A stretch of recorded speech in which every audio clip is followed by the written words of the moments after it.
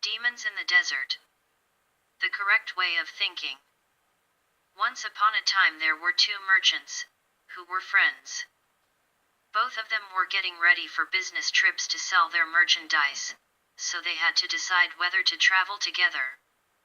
They agreed that, since each had about 500 carts, and they were going to the same place along the same road, it would be too crowded to go at the same time. One decided that it would be much better to go first. He thought, "The road will not be rutted by the carts. The bullocks will be able to choose the best of all the grass.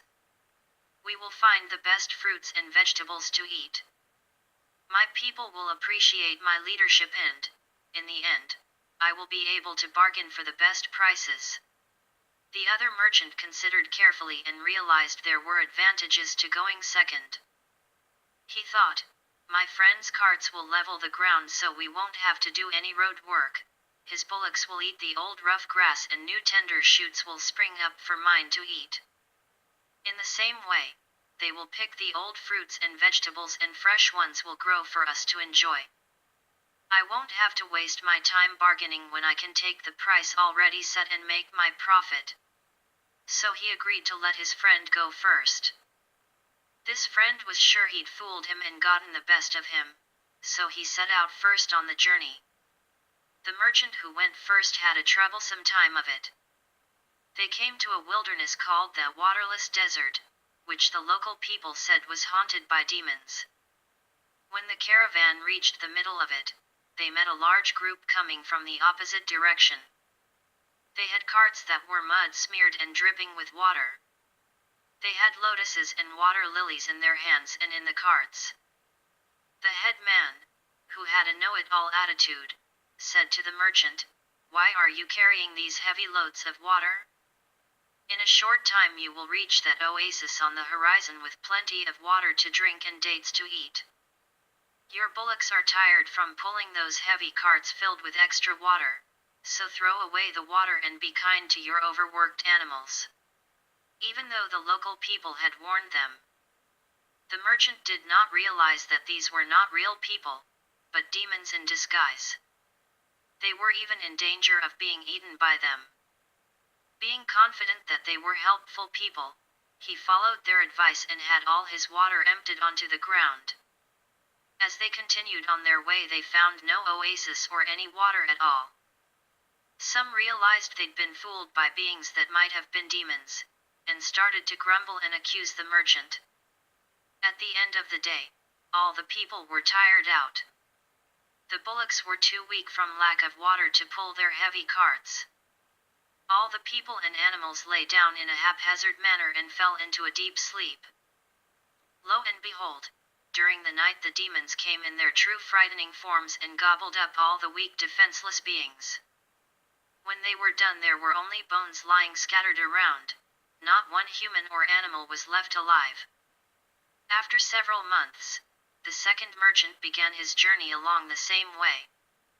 When he arrived at the wilderness, he assembled all his people and advised them, "This is called the Waterless Desert and I have heard that it is haunted by demons and ghosts.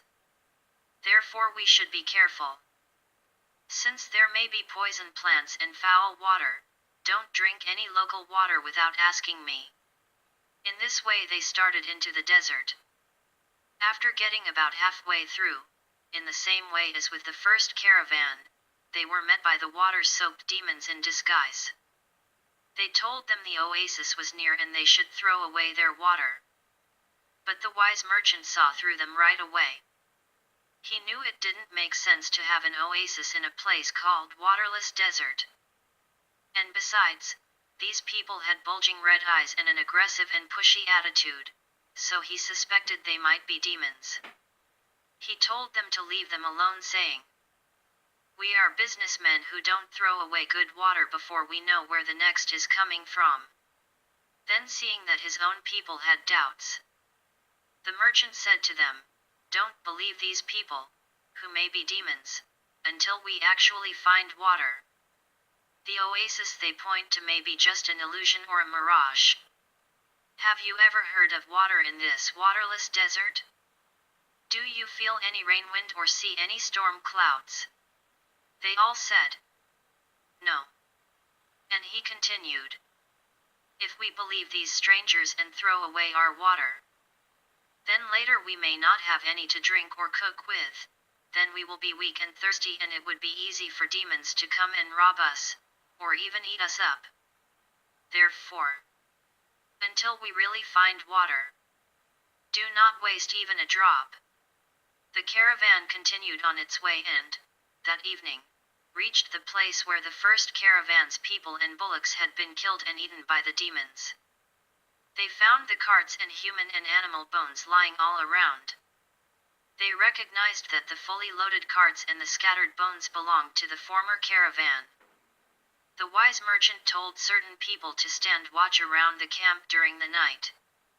The next morning the people ate breakfast, and fed their bullocks well. They added to their goods the most valuable things left from the first caravan. So they finished their journey very successfully, and returned home safely so that they and their families could enjoy their profits.